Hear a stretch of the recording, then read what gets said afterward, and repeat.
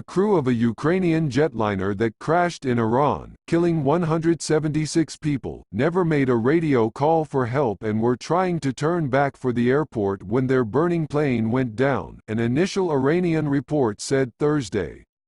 Ukraine, meanwhile, said it considered a missile strike or terrorism as possible theories for the crash, despite Iran's denials. The Iranian report suggests a sudden emergency struck the Boeing 737 operated by Ukrainian International Airlines early Wednesday morning, when it crashed, just minutes after taking off from Imam Khomeini International Airport in Tehran. Investigators from Iran's civil aviation organization offered no immediate explanation for the disaster.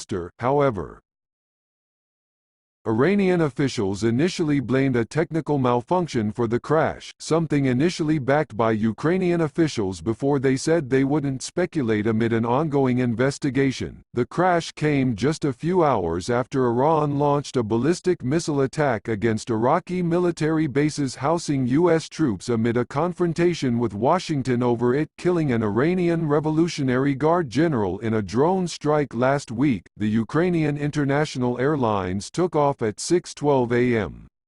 Wednesday, after nearly an hour's delay at Tehran's Imam Khomeini Airport, the main airport for travelers in Iran.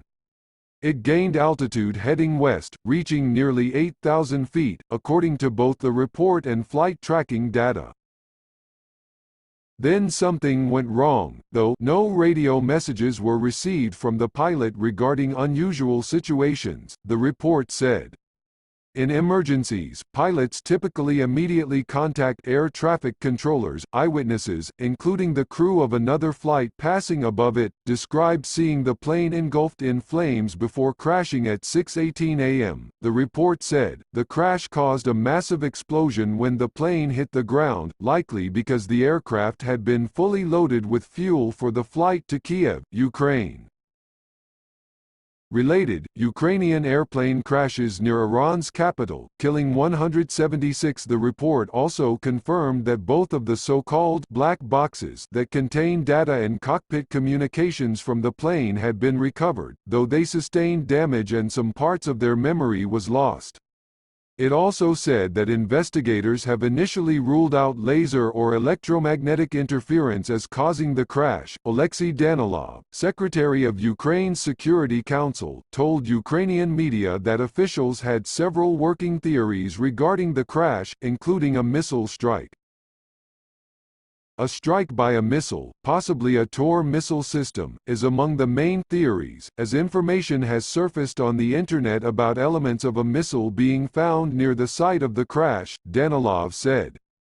He did not elaborate on where he saw the information on the Internet. Ukrainian investigators that arrived in Iran earlier on Thursday currently await permission from Iranian authorities to examine the crash site and look for missile fragments, Danilov said. The Tor is a Russian-made missile system.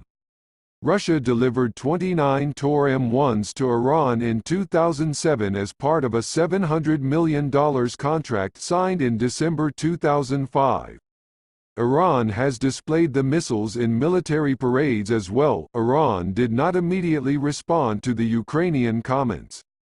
However, Gen.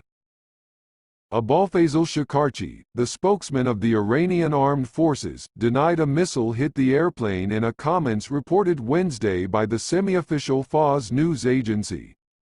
He dismissed the allegation as psychological warfare by foreign-based Iranian opposition groups. Danilov also said other possible causes under consideration included a drone or another flying object crashing into the plane, a terrorist attack, or an engine malfunction causing an explosion. The plane was carrying 167 passengers and 9 crew members from several countries, including 82 Iranians, at least 63 Canadians, and 11 Ukrainians, according to officials.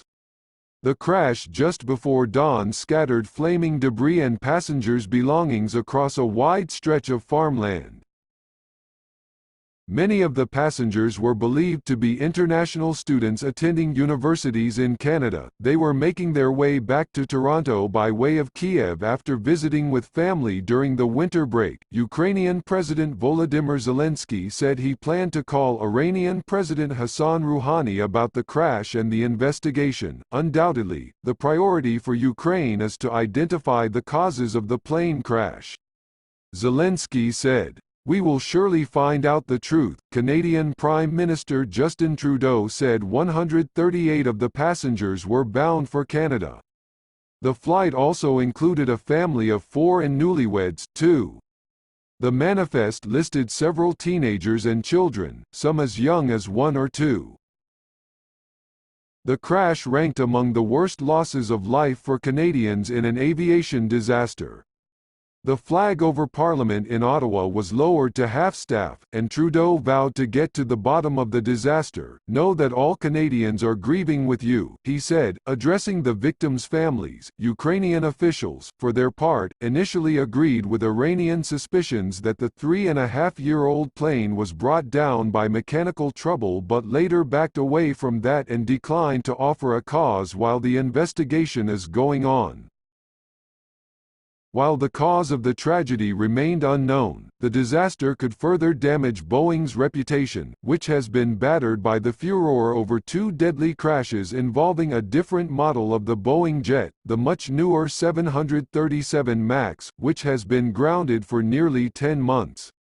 The uproar led to the firing of the company's CEO last month. Boeing extended condolences to the victims' families and said it stands ready to assist.